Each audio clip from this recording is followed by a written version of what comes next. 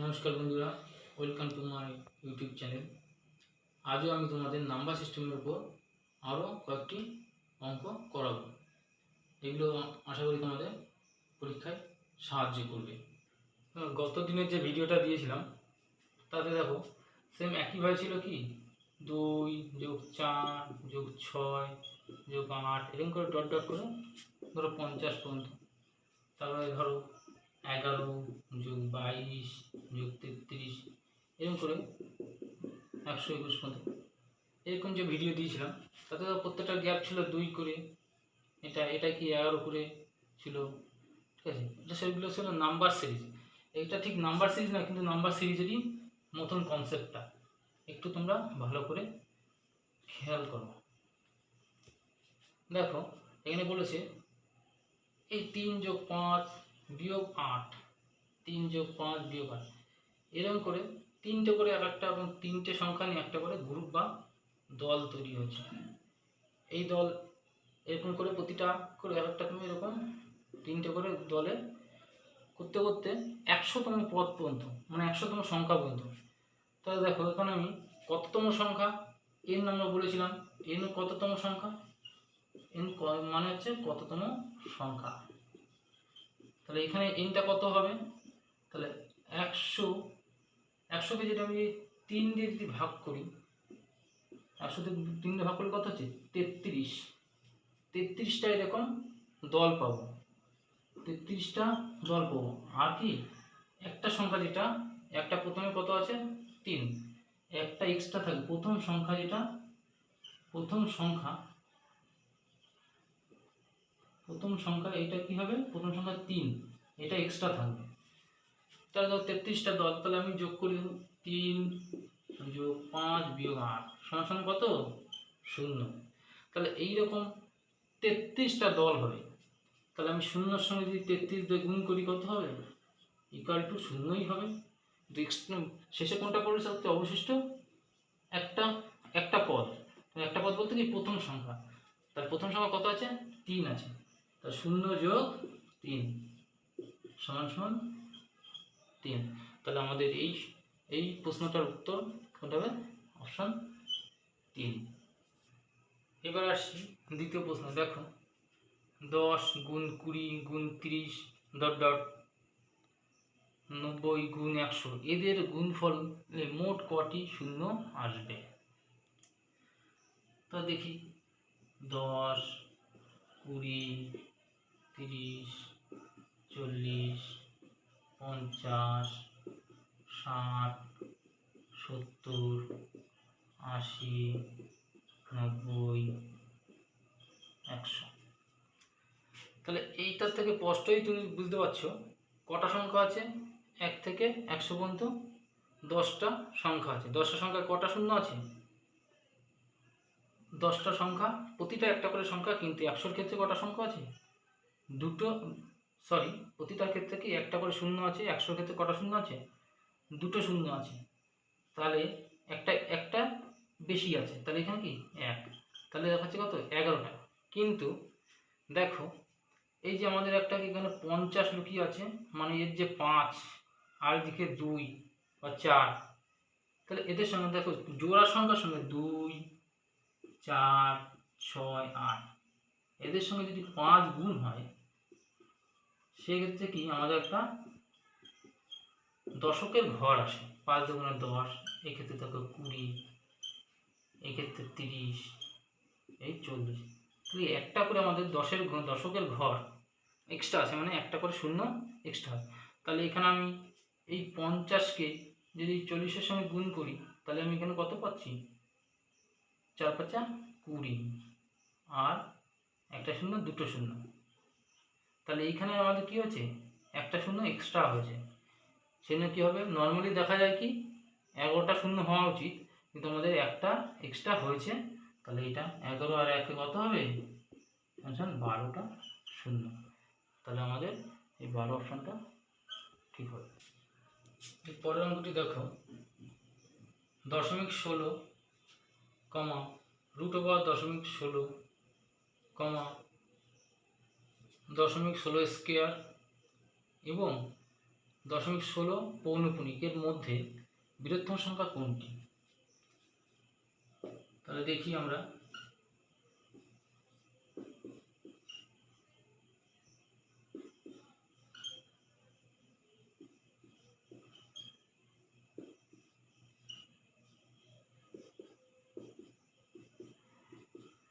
দেখো 0.16 স্কোয়ার কত? 0.16 স্কোয়ার হচ্ছে 256, কিন্তু তার আগে দশমিক আছে বলে আমাকে কি 2 ঘর আছে, তার কি বর্গের ক্ষেত্রে আমাকে কি 4 ঘর করতে হবে। 1 ঘর, 2 ঘর, 3 ঘর, 4 ঘর। তাহলে এইখানে আমার দশমিক হবে। তাহলে এইখানে যখন আমি 4টে অঙ্ক বা 4টে ঘর নিয়েছি, তাহলে প্রতিটা ক্ষেত্রে কি আমাকে 4টে ঘর নিতে হবে। তাহলে দেখো উপর আছে কত? 0.16, পরে কিছু নেই, আমি দুটো শূন্য বসিয়ে দিলাম। তবে দেখো √/, 0.16 আছে, তার 16কে করলে কত হবে? 0.4। তাহলে আমার পরে কি 3টে ঘর ভরে দিতে হবে শূন্য দিয়ে। তারপরে নিচে দেখো 0.16 পৌনপুণিক, মানে কি 16 দুবার হবে, এবার পরে আবার 16, এরকম কন্টিনিউ এটা হতে থাকবে। কিন্তু আমাকে 4 ঘরের দরকার, তাই 4 ঘর নেওয়া। তো এর থেকে স্পষ্টই বোঝা যাচ্ছে বড় কোনটা? আমাদের বৃহত্তম সংখ্যা হচ্ছে 0.4 বা √0.16। এটা হচ্ছে আমাদের সবচেয়ে বৃহত্তম সংখ্যা। ঠিক একইভাবে ছোটতম সংখ্যা কোনটা? ছোটতম সংখ্যা হচ্ছে 0.16 স্কোয়ার। তাহলে একটা লিখে নিতে পারো, দশমিক ও আবৃত দশমিকের ক্ষেত্রে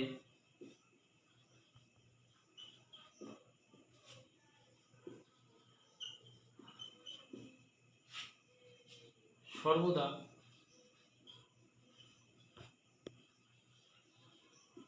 ক্ষুদ্রতম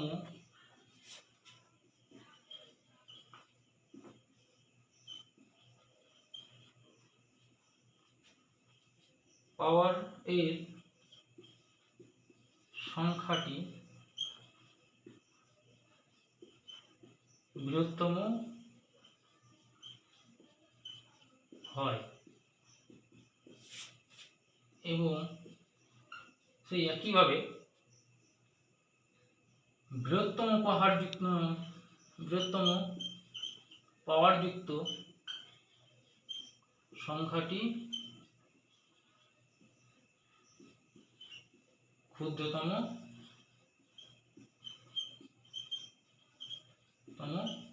হয়। এখানে লক্ষ্য করো, এখানে পাওয়ার 0.16 স্কোয়ার আছে, এটার পাওয়ার কিছু নেই মানে কি, ধরো 1 আছে, এটার পাওয়ার √/, আছে মানে কত? এর পাওয়ার ধরো 1, এর √/, আছে মানে কত? এর পাওয়ার কত? হাফ। এর স্কোয়ার আছে, আর পৌনপুণিকের পাওয়ার ওই একের সমতুল্য বলা চলে। তাহলে এখানে পাওয়ার কোনটার বেশি? 0.16 স্কোয়ার, মানে 0.16 পাওয়ার বেশি, কিন্তু এটা হচ্ছে ক্ষুদ্রতম। আবার একইভাবে উল্টো দিকে √/, 0.16 পাওয়ার কি হাফ, কিন্তু সেটা হচ্ছে বৃহত্তম সংখ্যা। তাহলে আমাদের এখানে উত্তরটা হলো কি √/, 0.16। দেখো কোনো সংখ্যার 1/2 অংশের সাথে 6 যোগ করলে সংখ্যাটি 2/3 অংশ হবে। সংখ্যাটি কত? মনে করি সংখ্যাটি x। তাহলে x এর 1/2 অংশের সাথে 6 যোগ করলে সংখ্যাটির 2/3 অংশ হবে। তাহলে x/2 + 6 = 2x/3। তাহলে x/2 + 6 2x। তাহলে এখান থেকে আমরা কি করতে পারি যে 2x/3 - x/2 = x। আমরা x দুটোকে একটা সাইডে নিয়ে আসলাম ইকুয়েশনটা করবো বলে। তাহলে 6 তাহলে কত হবে 4x minus 3x equal to 6। তো 4x মাইনাস 3x মানে x ইকুয়াল টু 36। তাহলে আমাদের সংখ্যাটি হবে 36। আর একটু শর্টকাট দেখার চেষ্টা করি।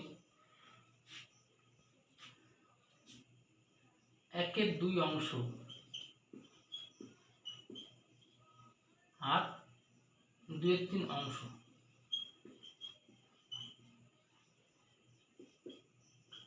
এটাকে আমরা যদি গোটা সংখ্যা বা গোটা সংখ্যায় পরিণত করি, গোটা সংখ্যা পরিণত করতে হলে কি করতে হবে আমাদের? 2 আর এই 3-এর লসাগু কত?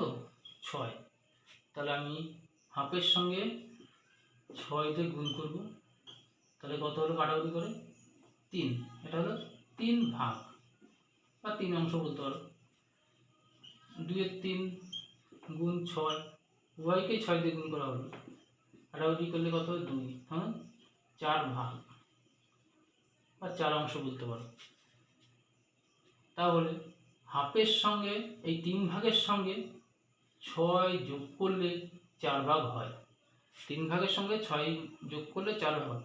তাহলে 4 বিয়োগ 3 সমান সমান 1 ভাগ সমান সমানই হচ্ছে 6। তাহলে আমরা ধরেছিলাম কত? আমরা আসল সংখ্যাটা ধরেছিলাম 6 ভাগ, যেহেতু লসাগু নিয়েছি। তাহলে 1 ভাগ সমান সমান 6, তাহলে 6 ভাগ সমান সমান কত? 6 ভাগ সমান 6 গুণ 6 সমান 36। আশা করি তোমরা বুঝতে পেরেছ। পরের অঙ্কটি দেখো। একটি শ্রেণীতে যতজন ছাত্রছাত্রী আছে প্রত্যেকে তত পয়সার চেয়ে আরও 25 পয়সা বেশি করে চাঁদা দেওয়ায় মোট 75 টাকা উঠল। ওই শ্রেণীর ছাত্র সংখ্যা কত? মনে করি ছাত্র সংখ্যা এক্স। বলেছে প্রত্যেকে তত পয়সা, মানে যতজন ছাত্রছাত্রী তত পয়সা, তত পয়সা চেয়ে এক্স 25 পয়সা বেশি দিন। তাহলে এক্স জন ছাত্রছাত্রী, তাহলে এক্স পয়সা আরও বেশি 25 পয়সা, তাহলে এক্স প্লাস 25 পয়সা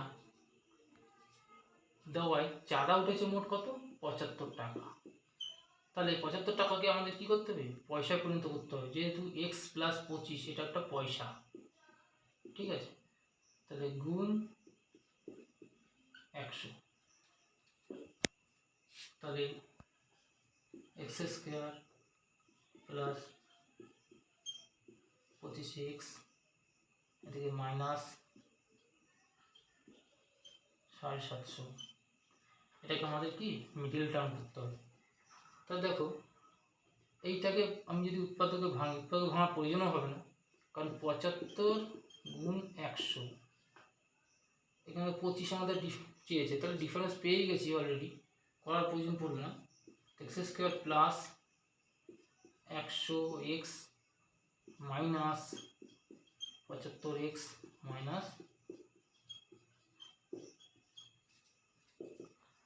x কমন নাও, প্লাস 100 মাইনাস 75x প্লাস কত? 100, তাহলে x মাইনাস 75 x প্লাস 100, তাহলে এখান থেকে কি x এর মান কত বেরোলো? 75, x সমান মাইনাস 109। তাহলে আমাদের ছাত্র সংখ্যা কত? ছাত্র সংখ্যা হচ্ছে 75। আমরা অপশন টেস্ট যদি করি সহজে এটা করতে পারবো। দেখি, মনে করি আমাদের ছাত্র সংখ্যা কত? 65, এবং কত পয়সা দিয়েছে? 65 পয়সা, তার সঙ্গে আরও কি 25 পয়সা এক্সট্রা করে দিয়েছে। 65 যোগ 25 সমান সমান কত হয়েছে? 75 টাকা। তাহলে 7500 পয়সা। তাই গুণ করে দেখি 65 গুণ 5 5 10 শূন্য, হাতে 1, 6 2 18 9, কিছুতেই 7500 হচ্ছে না, তাহলে এই অপশানটা হবে না। ধর পরের অপশান 75 দিয়েই দেখি, 75 গুণ 75 পয়সা, তার সঙ্গে আরও 25 পয়সা যোগ, সমান সমান 7500। দেখো 75 গুণ 100, এই অপশানটা কি মিলে গেছে। তাহলে কি হবে 75। তাহলে এইভাবে আমরা কি অপশান টেস্টের মাধ্যমে কি এই অঙ্কটা মিডল টার্ম না করে সহজেই করে ফেলতে পারবো। আসি পরের অঙ্কে। দেখো 3টি কর্মী সংখ্যার গুণফল তাদের যোগফলের 5 গুণ, সংখ্যা 3টির গড় কত? মনে করি সংখ্যা 3টির গড় x, তাহলে গড় যদি x হয়, 3টি সংখ্যা বলেছে, তাহলে প্রথম সংখ্যা তাহলে কত হবে? x এর আগে ধরো x মাইনাস 1, আর পরটি হবে ধরো x প্লাস 1, সংখ্যা 3টি হলো। এবার অপশনে কি বলেছে? 3টি কর্মী সংখ্যার গুণফল, তাহলে ধরো x মাইনাস 1 গুণ x প্লাস 1, গুণফল তাদের যোগফলের 5 গুণ। তাহলে আমি গড় ধরেছিলাম কত? x, তাহলে তাদের 3টি সংখ্যার যোগফল বা সমষ্টি কত হবে? যোগফল বা সমষ্টি কত হবে? 3x। তাহলে এখানে আমি লিখতে পারি কি, তাহলে তাদের যোগফল কত? 3x। এবার কি হচ্ছে? গুণফল কি? যোগফলের 5 গুণ। তাহলে এটা তো গুণফল হলো, তাহলে গুণফল সঙ্গে যোগফল গুণ 5, ইকুয়েশনটা আমাদের রেডি হয়ে গেল। এবার দেখো আমরা এই x কেটে দিতে পারি, যেহেতু গুণ আছে দুদিকেই। তাহলে x মাইনাস বি, এ মাইনাস বি, এ প্লাস বি, তোমরা কি হচ্ছে সূত্র করছে কি? এক্স স্কোয়ার মাইনাস বি স্কোয়ারের সূত্র করছে, সমান সমান কত? 3 5 15। তাহলে ধরি এক্স স্কোয়ার সমান 15, আর এই একটা এদিকে গেলে কি হবে? এই পাশে হলে যোগ হয়ে যাবে। তাহলে এক্স সমান সমান কত? √16, অতএব এক্স সমান সমান 4। তাহলে আমাদের এই অপশনটা রাইট হচ্ছে। দেখো এর শর্টকাটটা দেখো কত ইজি। দেখো এই অঙ্কটায় আমরা অপশন টেস্টের মাধ্যমে খুব সহজেই করতে পারি। প্রথমে ধরো 6, তাহলে সংখ্যার গড় কত? গড়টি ধরে নিলাম 6, তাহলে এর আগের সংখ্যা কত হবে? আগের সংখ্যা নিশ্চয়ই 5 হবে, তারপরে সংখ্যা 7। তাহলে প্রশ্ন বলেছে এই 3টে সংখ্যার যোগফলের সাথে 5 গুণ করলে এই 3টে সংখ্যার গুণফল সমান হবে। তাহলে 5 গুণ 6 গুণ 7, এটা হবে। দেখি হয় নাকি? 5 6 11, 11 7 কত? 18, 18 গুণ 5 সমান কত? 90। আর এখানে কত হচ্ছে? 5 6 11, 7 11 77, সরি 5 6 30, 3 7 21, 210। তা 210 আর 90 কোনো মতে মিলছে না, তাহলে এই অপশান হবে না। পরের অপশানটা আমরা ঠিক একইভাবে 8 ধরো কি 10 ধরো, কোনটাই মিলবে না। আমরা 4 ধরে করার চেষ্টা করে দেখি। তো 4 যদি আমাদের সংখ্যা 3টি গড় হয়, তার আগের সংখ্যা কত হবে? 3, যেহেতু ক্রমিক সংখ্যা বলেছে। পরের সংখ্যা কত হবে? 5। তাহলে 3 যোগ 4 যোগ 5, সংখ্যাগুলি যোগফলের সঙ্গে কত? 5 গুণ, সমান সমান সংখ্যাগুলির গুণফল। 3 গুণ 4 গুণ 5, তাহলে 4 3 7, 7 5 12, 12 গুণ 5, 5 12 7, 3 4 12, 5 12 7। দেখো এই অপশনটাও কি 60-এর সঙ্গে 60 মিলে আছে। তাহলে আমাদের 4 নম্বর অপশনটা ও অপশন ধরে করলে মিলে যাবে।